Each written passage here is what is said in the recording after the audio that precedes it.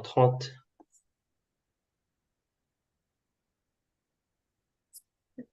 Bonsoir et bienvenue pour cet avant-dernier numéro de l'année, le club des praticiens avec TheraPup et Rezalib. Nous parlons ce soir du mailing ou de l'emailing, hein. Il y a eu débat sur l'orthographe ou sur le terme.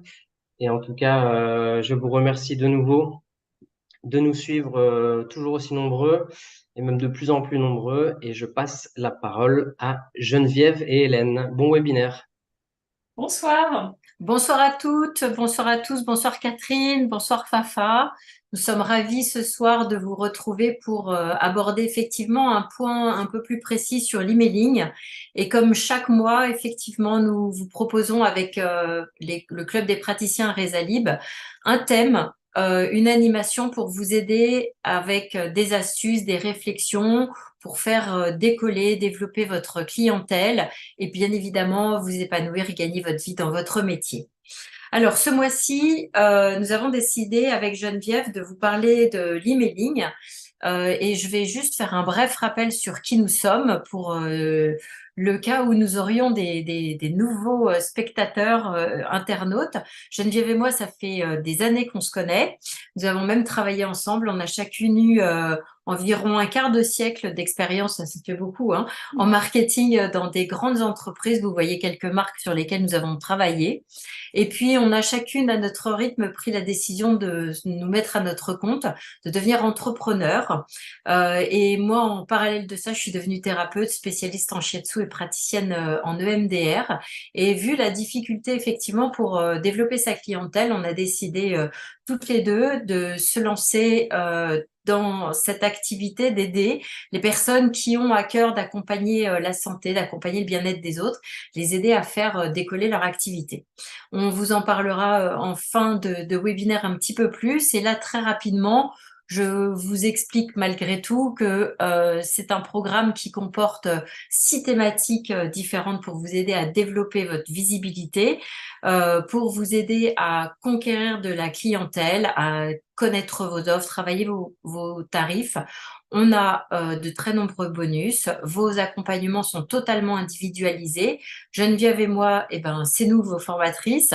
Et puis, bien évidemment, comme nous sommes certifiés Calliope et que notre formation est hébergée au CPF, vous avez la chance de pouvoir profiter d'un financement par les fonds publics pour nous rejoindre, à vous aider à faire décoller votre activité.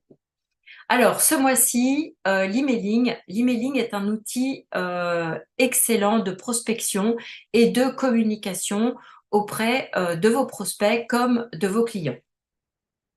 Alors, je voudrais d'abord savoir, pour votre activité, est-ce que c'est effectivement un outil que vous utilisez? Est-ce que vous utilisez les emails? Si vous pouviez répondre par une des lettres uniquement pour communiquer avec vos clients, par exemple dans leur suivi, B pour envoyer vos actualités, C pour faire de la prospection ou de la vente, ou D, ben, peut-être que vous n'utilisez jamais l'emailing. Est-ce que vous pourriez nous répondre dans le chat, que je sache un petit peu où effectivement vous vous situez par rapport à l'emailing? Bonsoir Jean-Louis. Alors, Fafa, j'imagine que vous utilisez A pour communiquer avec vos clients, Catherine. Ok. Séance de Douyin, C pour faire de la prospection, excellent, ou de la vente. Vous ne l'utilisez pas, Céline. J'espère que vous y viendrez, Gilles aussi, à la fin de ce webinaire. Donc, séance de Douyin, je me demande si c'est pas Christophe Coulon qui me dit bonjour. Bonjour Christophe, j'imagine, mais la photo est toute petite. Je ne sais pas si c'est toi. Bah, écoutez, merci pour ces réponses, Céline A et B. Donc, effectivement, on va en parler parce que vous allez voir que c'est un outil puissant. Nolwenn l'utilise pour envoyer les actualités, faire de la prospection. On va parler de comment faire pour constituer votre base de données. Puis, bien évidemment, comment mettre en place une stratégie d'emailing et bien rédiger ces emails, ce qui est primordial si vous voulez qu'ils soient ouverts. Puis, on dédiera un petit temps, effectivement, aux questions-réponses. Merci Hélène. Donc c'est parti pour vous présenter rapidement l'intérêt de l'emailing.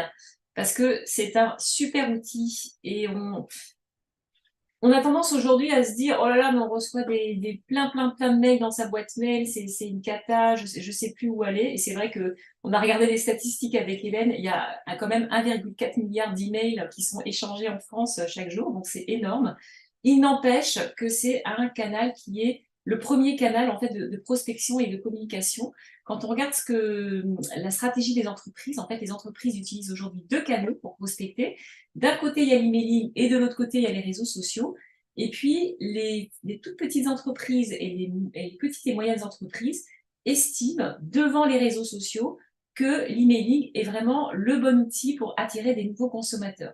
Et c'est pas étonnant parce qu'en fait, un emailing, ça arrive directement dans la boîte mail du destinataire. Donc, l'emailing peut avoir un très fort impact sur le comportement du consommateur. Et l'autre point très rassurant sur l'emailing, c'est alors il peut y avoir plein de statistiques sur l'emailing, mais ce qu'il faut retenir, c'est qu'aujourd'hui, le taux d'ouverture moyen quand on envoie un email à des clients professionnels, il est quand même de 15%. Et tandis que le taux d'ouverture moyen, quand on envoie un mail à des particuliers, est de 20%. Donc, c'est des taux qui restent très bons. Et on voit que, justement, par rapport à la difficulté qu'on peut avoir avec les réseaux sociaux à faire des posts, à se dire est-ce que mon post il va être vu, il va être commenté, il va être liké, et ben l'emailing, il arrive directement auprès de sa cible. L'autre gros avantage de l'emailing, c'est que c'est un outil qui est gratuit. Donc, on verra aussi les solutions gratuites sur les plateformes qui existent. C'est simple à mettre en œuvre. Ça vous permet d'avoir une relation directe avec votre destinataire et de construire une relation directe avec lui. Enfin, on rappelle, et on va voir quelques exemples et on va vous donner des conseils dans cette présentation. L'emailing, il y a plein de possibilités, plein d'axes possibles avec les emails. Il y a une fonction, bien sûr, pour vous générer des leads et trouver des prospects. Donc, dans le jargon marketing, un lead, en fait, c'est le terme anglais pour vous dire c'est un prospect qui potentiellement peut se transformer en client. Ça vous permet aussi de rappeler votre présence, votre rôle, de développer votre image de marque de thérapeute, donc un vrai lien de confiance avec les personnes, et puis aussi de communiquer sur votre actualité, vos événements, vos nouveaux produits, vos nouvelles prestations. Il y a plein de choses que vous pouvez faire avec l'emailing pour attirer vos prospects et clients. Alors, on va aborder le premier point essentiel qui est la base de données. Effectivement, si vous voulez écrire, si vous voulez communiquer avec vos clients, vos prospects, il faut que vous ayez tout d'abord une base de données. Alors, je voudrais savoir, est-ce que vous collectez et est-ce que vous stockez les données de vos clients ou de vos clients et de vos prospects? Dites-moi ce que vous faites.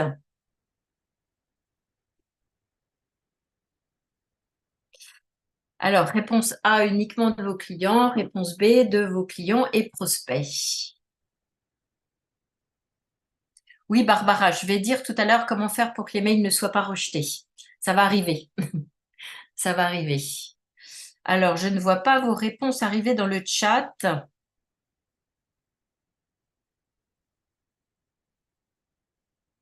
Alors, PK sophrologue uniquement de vos clients. Christophe, client et prospect.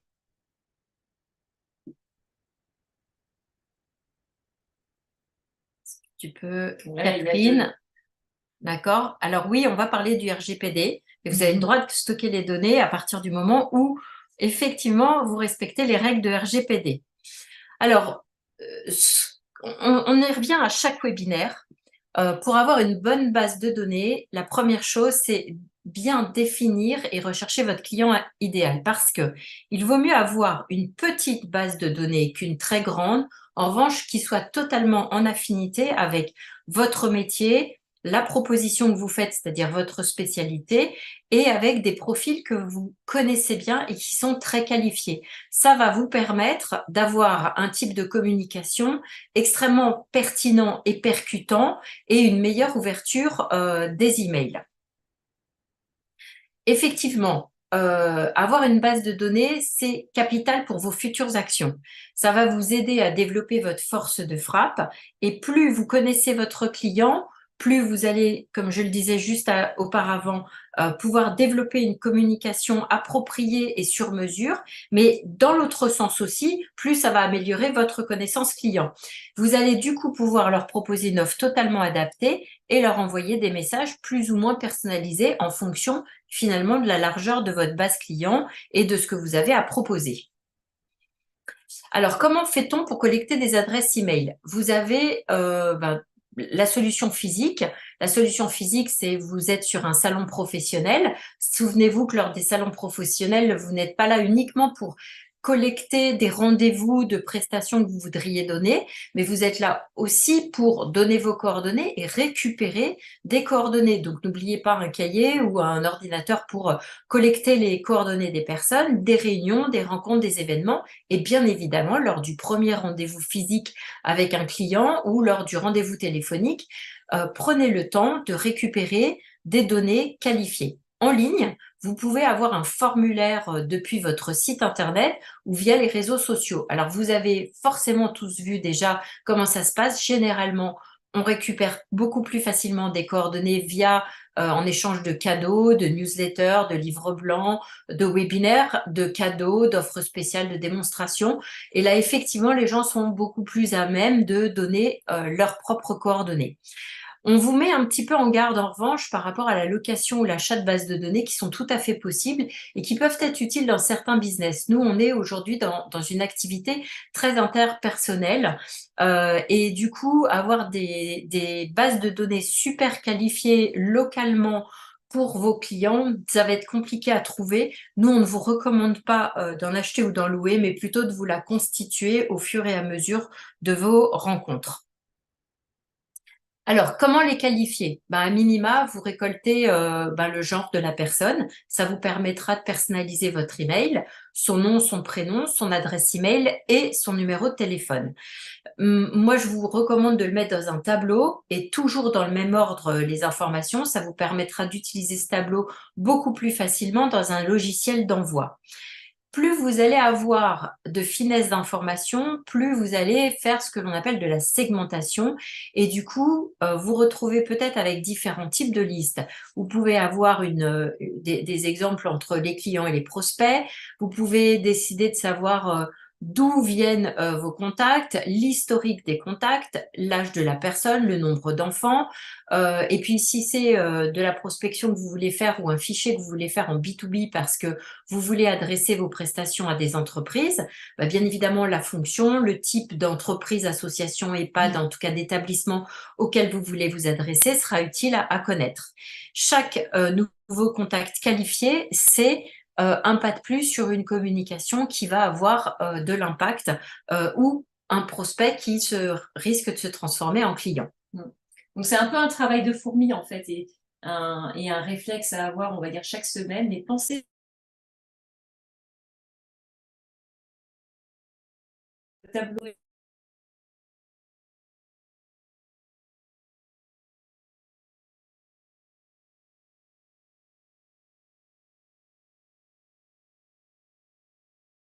Tableau Excel et où effectivement vous collectez le même type d'informations au fur et à mesure pour chaque client. Là, c'est un tableau Excel plutôt en B2B. Moi, je vous recommande aussi de faire des onglets. Vous savez, sur Excel, on peut faire des onglets en fonction parfois de finalement l'origine de votre contact. S'ils viennent de votre site internet, si ce sont des gens que vous avez rencontrés, est-ce que vous avez donné une conférence, si ce sont des amis d'amis, parce que peut-être que vous aurez un niveau de discours qui sera différent où vous n'aurez pas envie d'envoyer les mêmes communications. Donc, ça vous permet de les séparer. Et puis, un dernier onglet où vous collectez tout le monde en même temps sur le même onglet. Donc, ça vous permet véritablement de pouvoir gérer votre base de données. Alors, bien évidemment, comme le disait tout à l'heure, je crois que c'est Barbara, le RGPD, c'est clé. pour collecter de l'adresse email. C'est un principe qui s'appelle l'opt-in. C'est assez facile. En revanche, en B2C, c'est-à-dire quand vous vous adressez à des particuliers, B2C, ça veut dire business to consumer, donc du particulier vers le client final, c'est obligatoire. Vous devez avoir son consentement actif, volontaire et préalable. C'est pour ça que si vous faites un échange de coordonnées contre un cadeau, par exemple, ça veut dire que la personne, effectivement, elle est prête à recevoir un cadeau et elle a tout à fait admis le fait de donner ses coordonnées, puis vous prévoyez une petite case qui dit qu'effectivement, elle accepte de vous donner ses coordonnées. En B2B, c'est-à-dire quand vous vous adressez à des entreprises ou des professionnels, vous n'avez pas besoin de consentement. En revanche, dans tous les cas, que ce soit en B2C ou en B2B, n'oubliez pas en fin de newsletter ou d'emailing de toujours proposer un lien ou un contact pour se désabonner. C'est obligatoire. Alors, comment utiliser cette base de données, où la mettre, etc. Comment faire pour envoyer? Eh bien, vous avez différentes solutions. Vous pouvez utiliser votre boîte, bien évidemment, votre boîte mail pour envoyer, mais vous allez vous fatiguer si vous commencez à avoir plus de 10 contacts. Nous, on vous recommande des logiciels comme par exemple Brevo, Mailjet, Mailchimp, qui ont des formules gratuites, sauf quand vous commencez à véritablement envoyer, je crois que c'est 500 adresses par jour, où là, vous passez en formule payante, mais vous avez déjà de quoi vous amuser pas mal avec leur première étape qui est gratuite. Mais vous pouvez, dans vos propres sites internet, parfois, notamment sous WordPress ou sous Wix, il y a l'option de base de données à l'intérieur et d'envoi de mailing. Ou sinon, vous avez des logiciels un peu plus élaborés comme System.io ou HubSpot, qui non seulement généralement gèrent l'hébergement de sites internet, mais de newsletters, de tunnels de vente. Donc, ça vous permet d'avoir ce qu'on appelle un CRM, c'est un outil de gestion de l'emailing pour savoir exactement tout ce qui se passe. C'est beaucoup plus complexe, c'est abordable. À chaque fois, il y a effectivement des formules gratuites et c'est abordable dans le sens où si vous avez la patience de regarder un tout petit peu, vous pouvez le faire. Tous ces outils vont vous aider à améliorer votre productivité, à être plus efficace et pas à perdre votre temps, tout simplement à gérer votre base email et à savoir comment envoyer vos emails. Merci Hélène. Alors, Mets le on son va sur passer... ton ordi, s'il te plaît. Pardon? Mets le son sur ton ordi. Je rejoins le son. Donc, on va aborder maintenant le sujet. Et donc, qu'est-ce qu'on peut faire avec les emails? Non, il faut que je coupe. Qu'est-ce qu'on peut faire avec les emails? Donc, il y a plusieurs possibilités. Hop, alors j'ai un petit tac, mon petit déroulé de slide. Je vais sortir. Donc, je remets. Hein. Oups, désolée. Voilà. Les aléas du direct, comme je le disais dans le chat, même moi j'ai tenté une manipulation. Donc, la question est par où commencer? En fait, il y a plein de façons d'utiliser les mails et c'est vraiment à vous de trouver votre façon de le faire. On vous a mis là un petit peu un tableau on va dire entre guillemets, du plus simple au plus sophistiqué. Le plus simple, c'est de commencer par des emails individuels. Et là, vous n'avez pas besoin de faire appel à un logiciel d'emailing. Donc, vous envoyez vos mails depuis votre boîte mail. Et ça, c'est vraiment un outil privilégié pour vos clients actuels, dormants, donc les personnes que vous connaissez individuellement. Ensuite, il y a la solution email collectif automatisé que vous avez vu avec sur lequel on peut capitaliser avec des plateformes type Brevo, Mailchimp. Et là, il y a pareil deux niveaux. Il y a un premier niveau qui est de maintenir et développer l'intérêt de vos clients et prospects en leur envoyant des informations qui vont les intéresser, qui vont les toucher. Et puis, il y a un deuxième niveau, on va dire un peu plus pushy, qui consiste à dire, moi, j'utilise vraiment mon emailing pour prospecter de façon assez sophistiquée. Les emails individuels, ça participe en fait à la relation avec vos anciens clients. Et ça, on le rappelle souvent à chaque webinaire, c'est que vos clients actuels, vos clients dormants, c'est votre capital le plus précieux. C'est des gens que vous avez, c'est des gens qui vous connaissent, c'est des gens qui vous apprécient.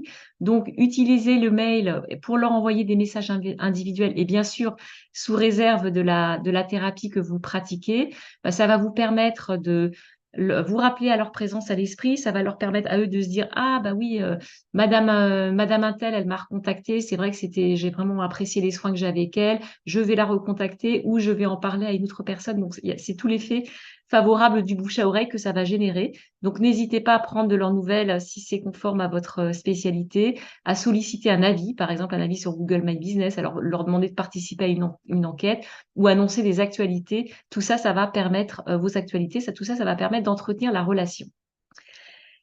Le deuxième niveau, c'est quand on passe effectivement à ces emails collectifs et automatisés et on en revient au fait, et ça, on ne peut que vous conseiller de bien réfléchir en amont sur ce qui va intéresser et toucher votre client cible, parce que plus vous allez faire des messages ciblés auprès de votre client cible, meilleur vous aurez un taux d'ouverture et plus vous aurez aussi ensuite un passage à l'action favorable suite à vos mails.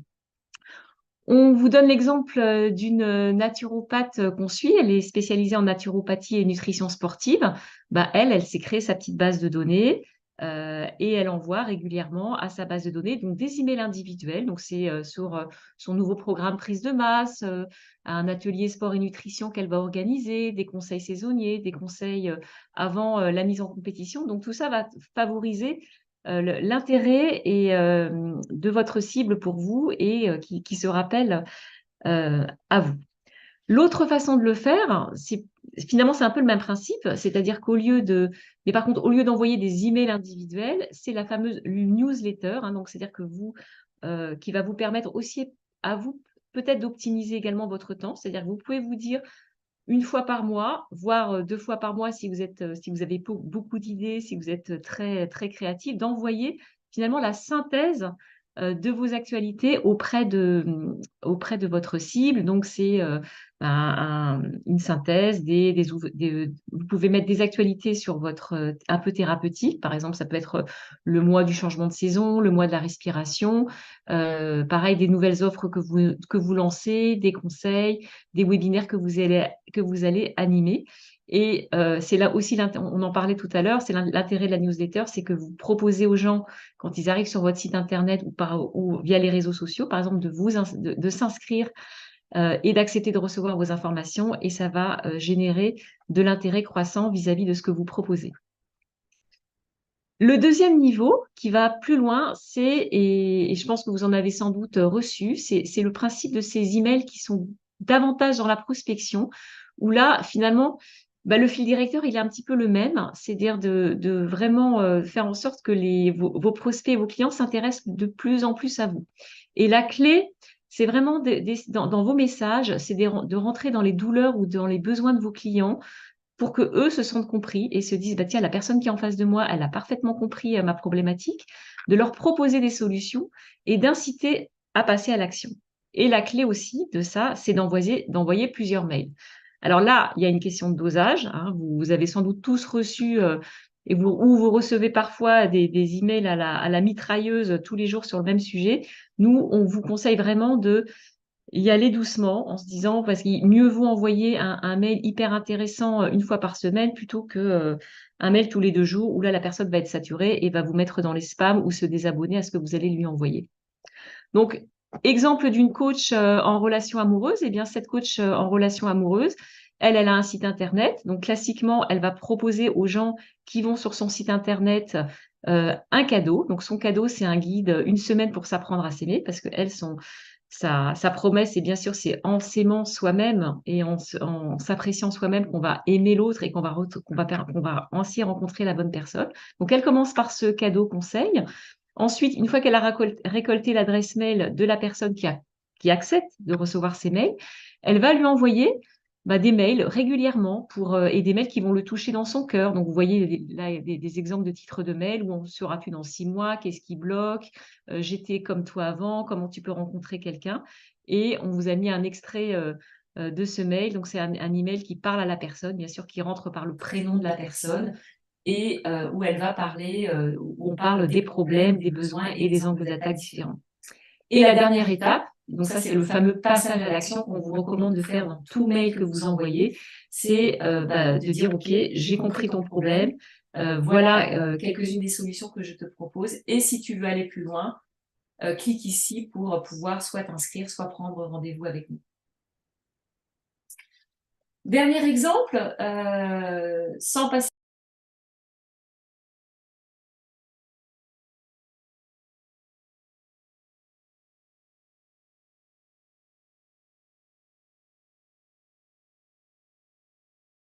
on est sur le mois sans tabac. Donc, nous, on a un hypnothérapeute qu'on suit, qui, bien sûr, profite de ce mois sans tabac pour envoyer à sa cible une série de mails très intéressants, mais qui, encore une fois, vont toucher sa cible sur les difficultés d'arrêter de fumer. Donc, teste ta dépendance, pourquoi c'est difficile, comment éviter de craquer. Et avec, bien sûr, à la fin de ce mail, la solution qui est d'arrêter de fumer avec l'hypnose. Donc, en résumé, hop, je rebascule parce que j'ai un petit... Tac.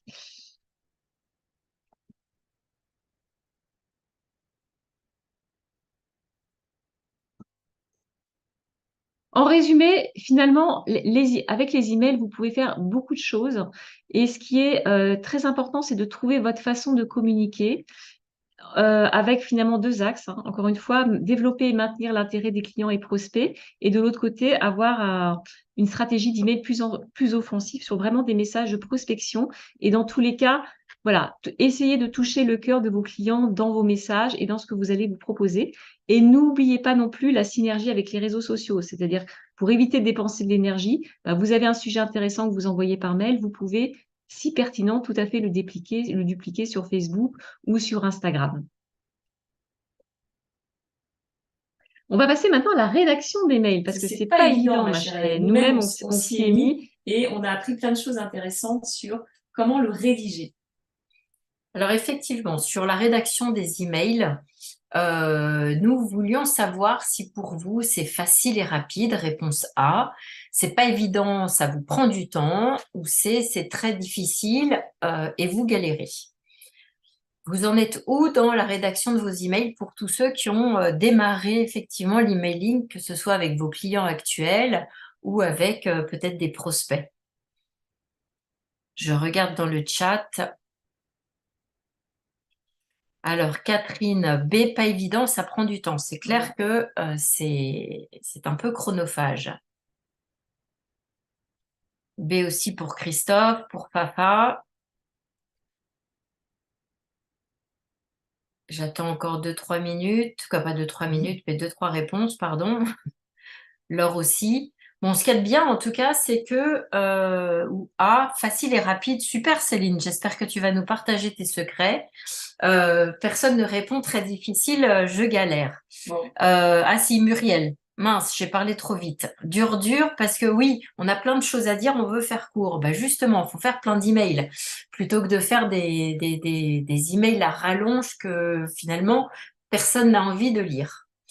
Alors, effectivement, un email, ça se bichonne. Parce que c'est un peu comme une première impression. Vous savez, quand on allait passer, pour ceux qui ont déjà fait un entretien d'embauche, on sait qu'on n'a que quelques secondes pour faire bonne impression. Bah là, on n'a que quelques secondes pour capter l'attention. En plus, on reçoit tous tellement d'emails dans nos boîtes mail que effectivement, il faut faire en sorte qu'ils ressortent parmi tous ceux effectivement que l'on reçoit. Donc, ça veut dire qu'il faut à la fois travailler la forme et le fond. La forme, il faut qu'il soit de préférence clair et aéré. Alors, même si effectivement, on a plein de choses à dire, on essaye de faire plusieurs emails dans ces cas-là. Même sur un même thème, on peut du coup donner des rendez-vous. Vendredi prochain, la suite au prochain épisode.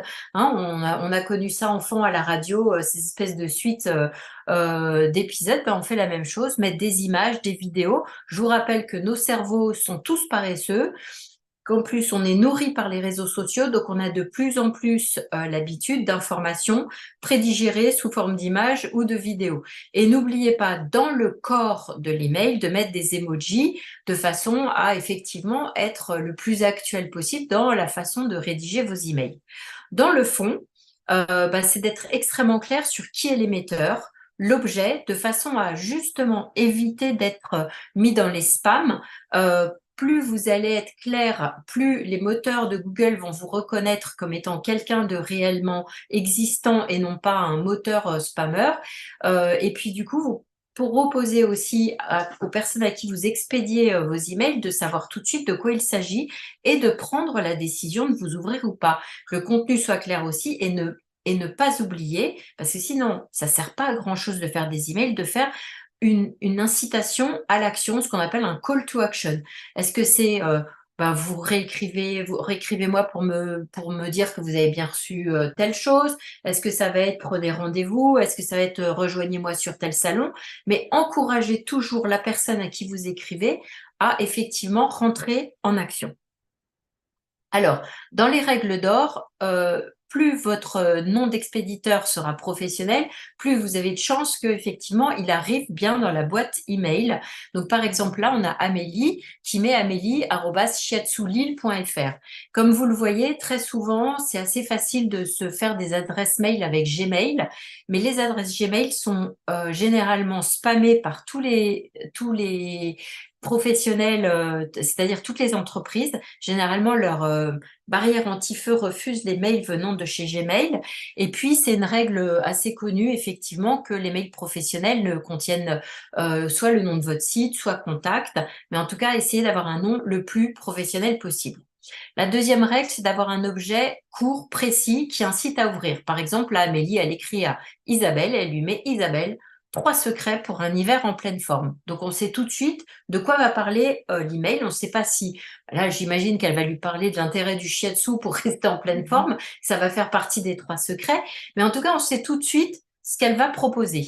Et puis, si possible, vous savez, certaines boîtes email proposent un aperçu de 2-3 lignes, que l'aperçu soit très clair aussi et reprenne le même thème. C'est un peu comme une accroche, c'est un peu comme dans un journal. Vous savez, on va lire que les gros titres. Là, c'est pareil, dans votre boîte email, parfois vous lisez juste le gros titre et vous décidez j'ouvre, j'ouvre pas. Donc, il faut que vous soyez tout de suite, vous captiez l'attention. Et le fait d'utiliser le prénom aussi, ça augmente les taux d'ouverture des mails et l'intérêt à cliquer. Exactement, ça personnalise, c'est ce dont on parlait tout à l'heure, d'où l'intérêt d'avoir une base de données extrêmement qualifiée. Et puis le contenu, soyez simple, un seul fil directeur. Donc, je ne sais plus si c'est Barbara qui disait qu'elle avait plein de choses à dire. Non, c'est Marilène, pardon, qui a plein de choses à dire. Marilène, nous, notre conseil, ça va être de se dire, fais plusieurs emails. Tu ne parles que d'une seule idée pour ne pas perdre la personne, de façon à ce qu'elle ait envie de le lire. Et puis, tu essayes effectivement d'équilibrer le texte, les images, de façon à avoir quelque chose d'aéré, d'agréable à lire. Mettez-vous toujours dans les chaussures de la personne qui va recevoir votre email et demandez-vous, est-ce que moi, j'aurais plaisir à l'ouvrir? Est-ce que j'aurais plaisir à le lire aussi? Ou est-ce que je le mettrai tout de suite dans ma poubelle parce que je vais me dire, oh là, j'en ai pour 10 minutes et puis c'est écrit en tout petit, puis il y a trop de choses. Donc voilà, suivez les règles qui vous plairaient pour ouvrir votre email. Et puis la dernière chose, ce dont je parlais tout à l'heure, c'est donc le passage à l'action. Donc là, par exemple, cette fameuse Amélie qui écrit à Isabelle lui dit, chère Isabelle, l'hiver c'est dans un mois. Donc elle fait une proposition, elle explique en quoi c'est important de prendre soin de son corps pendant l'hiver. Et puis à la fin, elle met pour prendre rendez-vous pour votre séance de shiatsu, cliquez ici. Et certainement derrière le lien, il y a un accès à son calendrier ou à un numéro de téléphone de façon à effectivement pouvoir prendre rendez-vous avec Amélie pour un shiatsu. Donc, dans les autres règles de rédaction d'un bon email, aussi réfléchir au contenu et au rythme. Donc, comme vous le voyez, pour ouvrir un email, il faut toucher ou intéresser votre client cible. Et il faut toujours communiquer de façon authentique. Donc, ressentir l'humain qui est derrière l'email. On se dise surtout pas c'est ChatGPT qui l'a rédigé ou n'importe quel robot. N'hésitez pas à dupliquer vos messages entre vos réseaux sociaux et puis vos emails. Je vous le répète, on vous le dit à chaque fois, en communication, la répétition est un élément clé, comme nous on le fait pour vous. Vous l'avez fait certainement pour ceux qui ont des enfants. Combien de fois on doit leur dire tu te laves les mains avant de passer à table? C'est la même chose pour nos prospects et nos clients. Même s'ils voient le même message à plusieurs reprises, vous augmentez la chance qu'ils se souviennent de vous et du message que vous passez. Et quant au rythme, c'est à vous de le décider. Ajustez-le de façon à ce qu'il soit quand même suffisamment soutenu pour qu'on ne vous oublie pas et suffisamment régulier pour qu'on pense à vous, mais sans aller dans le harcèlement ou le surdosage où à un moment donné, effectivement, on se dit ras-le-bol, j'en peux plus, je me désabonne.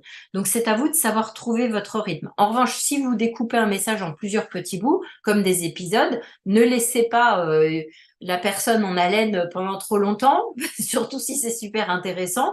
Donc, voyez et donnez des rendez-vous avec vos emails. Et La dernière chose pour effectivement être sûr qu'on rédige bien un email, c'est d'aller ensuite toujours mesurer l'impact de vos emails. Alors, il y a plein d'indicateurs différents. Délivrabilité, c'est effectivement le nombre d'emails qui arrivent bien dans la boîte email des personnes. Et donc, je crois que c'était Fafa qui posait la question pour être sûr qu'il ne soit pas spammé. Faites attention au texte d'email. À l'entête, comme on en parlait tout à l'heure. J'ai oublié de vous faire une petite précision. Dans l'entête, en revanche, aucun caractère spécial, aucun émoticône et aucun vocabulaire qui parle d'urgence, de promotion particulière. Là, vous êtes immédiatement rejeté par les moteurs de Google et des autres moteurs de recherche. Dans le corps du mail, vous pouvez le faire, mais surtout pas dans la petite bande qui est visible. Regardez le taux d'ouverture. On vous a donné, et là on vous le rappelle à côté, les taux d'ouverture moyens pour que vous sachiez où vous êtes par rapport au taux d'ouverture moyen. Le taux de clic, c'est-à-dire le nombre de personnes qui vont plus loin et qui suivent effectivement l'action que vous proposez. Et puis le désabonnement. Et en fonction de ces critères-là, triez votre base de données, qualifiez-la différemment. Vous allez peut-être vous rendre compte qu'il y a certaines personnes qui sont très intéressés par certains types de messages et puis d'autres pas. Et ça va vous permettre d'entamer un dialogue intéressant, nourri et complètement à propos avec les bonnes personnes, ce qui est l'objectif de votre email. Tu remets ton micro? Oui.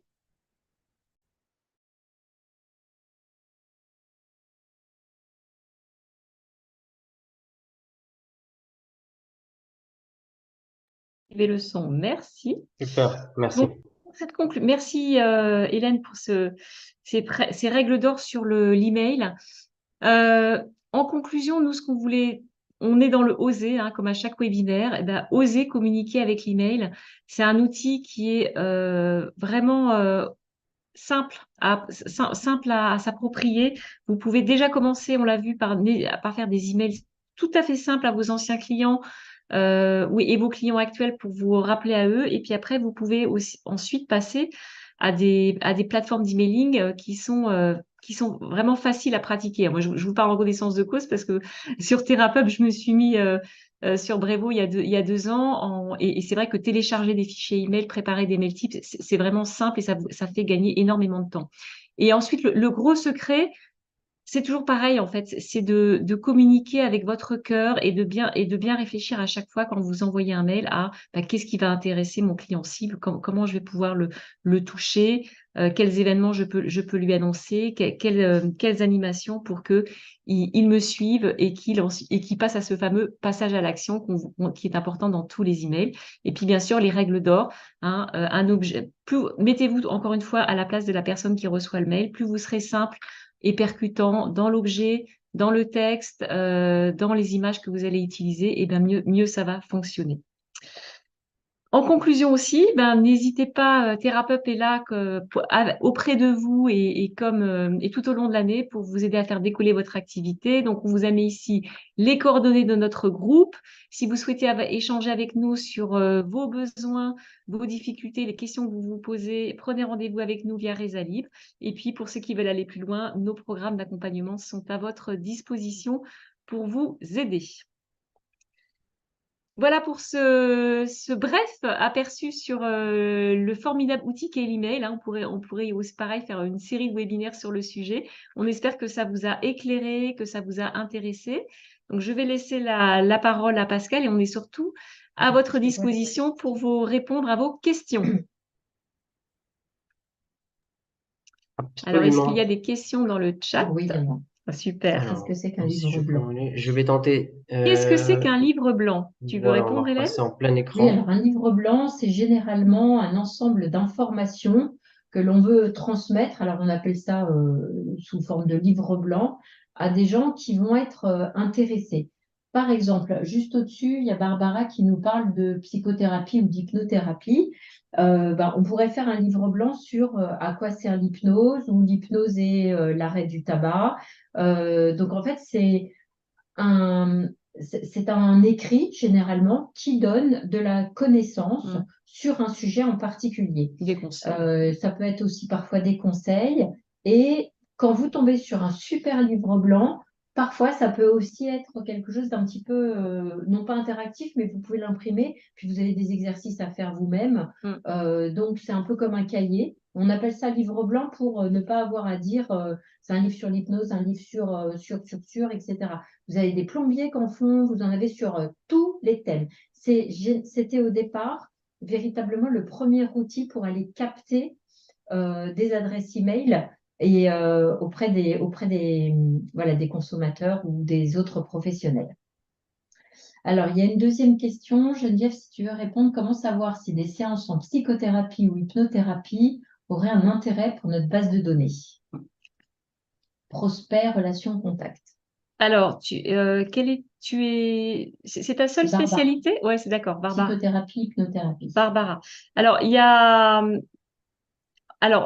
a deux choses. Nous, on te conseille, alors j'espère que je vais bien répondre à ta question. Plus tu vas avoir récolté des adresses mail qualifiées, c'est-à-dire que tu te dis, c'est des gens, j'ai été en contact avec eux physiquement ou j'ai été en contact avec, ou ils m'ont donné leur adresse mail parce que je leur ai proposé un fameux livre blanc ou un petit quiz sur mon site internet.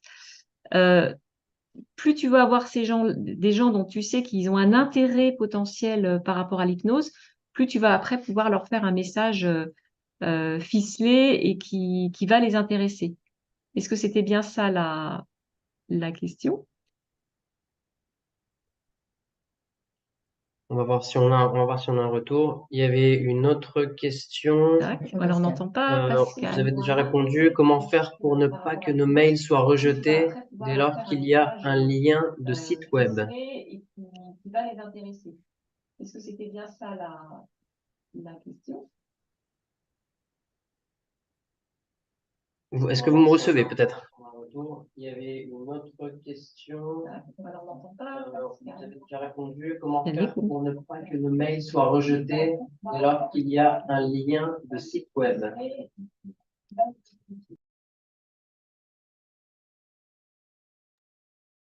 Faut réactiver le micro. Ce soir, d'ailleurs, petite parenthèse, désolé pour les petits soucis de micro, une configuration différente. Et donc là, il faut que Geneviève réactive son micro pour répondre. Le direct, toujours le direct. Alors, moi, je réactive le son. Donc, est-ce qu'on nous entend? Oui. Oui? Mhm. D'accord, ok. Donc, il y a plein de solutions possibles. Parce qu'effectivement, quand on envoie un mail, il y a ces fameux pare-feux en fait que les messageries ont pour éviter justement à la personne qui a une messagerie email de recevoir des mails qui vont pas lui convenir ou des choses trop promotionnelles. Donc, il y a, comme l'évoquait Hélène, il y a le nom de l'expéditeur. Plus vous avez donc les Gmail, il faut éviter parce que ça part tout de suite. Je ne sais pas si vous avez une messagerie Gmail dans la série promotion qu'on va jamais voir, donc c'est pas très intéressant. Donc il vaut mieux avoir une adresse mail, un arrobase un nom de société professionnelle, comme le fameux exemple qu'on a mis amélie@shiatsu.fr. Il y a l'objet du mail. Il faut faire très attention à l'objet du mail. Non seulement il doit intéresser, mais il y a une liste de mots à éviter. Urgent, promotion, offre de dernière minute, etc. Tout ça risque d'être rejeté. Et puis, les émoticônes aussi, pas d'image dans l'objet du mail. Vraiment, l'objet, c'est le titre du mail. Et puis après, dans le corps du mail, c'est aussi éviter d'avoir des images trop lourdes. C'est-à-dire qu'il faut faire gaffe au niveau de compression des images que vous allez mettre dans votre mail pour éviter aussi que ce soit bloqué parce que le mail est trop lourd ou qu'il sera bloqué par les pare-feux. Donc, voilà les quelques règles. Après, il y a plein de petites astuces de fignolage, mais en gros, il faut faire attention à ces premiers points pour que ça passe. Justement, ça répond un peu à la question de Laure qui explique qu'elle a utilisé Sendinblue et qu'elle a eu, qui est devenue Brevo et qu'elle a eu des retours de personnes pour qui les images ne s'affichaient pas. Peut-être que Laure... Effectivement, le problème de non-affichage des images, c'est que peut-être qu'elles étaient trop lourdes pour les boîtes mail des personnes. On a finalement, dans nos boîtes mail, surtout si on les paye pas, on a le droit à un certain poids dans le message. Soit c'est ça, soit l'extension que tu as utilisée pour tes images n'est pas prise en compte. Mais c'est dommage de refaire des emails manuels avec les photos. Normalement, sincèrement, Brevo comme Mailchimp, comme les autres, fonctionne extrêmement bien avec les images. Donc, regarde le poids de tes photos ou l'extension que tu utilises pour tes photos. C'est peut-être tout simplement cela. Et puis, essaye de prendre comment dire, un essai, quoi, quelqu'un qui veut bien te faire un retour pour te dire oui, j'arrive à lire ou pas tes emails. Essaye de trouver un testeur pour tes campagnes hors de ton ordinateur. Je ne sais pas s'il y a d'autres questions. Pascal, est-ce que tu vois d'autres questions? Non, j'avais noté ces deux-là. Et on a Laure qui nous parlait de Sendinblue. Elle a eu des retours de personnes pour qui les images ne s'affichent pas. Bon, voilà, je pense qu'on a vu ça. Et ensuite, c'était Barbara. Donc, s'il n'y a pas d'autres questions, c'est 20h15. Je pense qu'on va pouvoir conclure là-dessus et remercier tous les spectateurs Merci. et Merci à vous tous. remercier également. Et on se retrouve donc dans un mois pour le dernier numéro de cette année. Partager des bonnes nouvelles. Ouais, Absolument. Pour bien conclure l'année. exactement. Merci Barbara notamment et à merci tous. à tous les participants. Bonne soirée. Au Bonne revoir. soirée.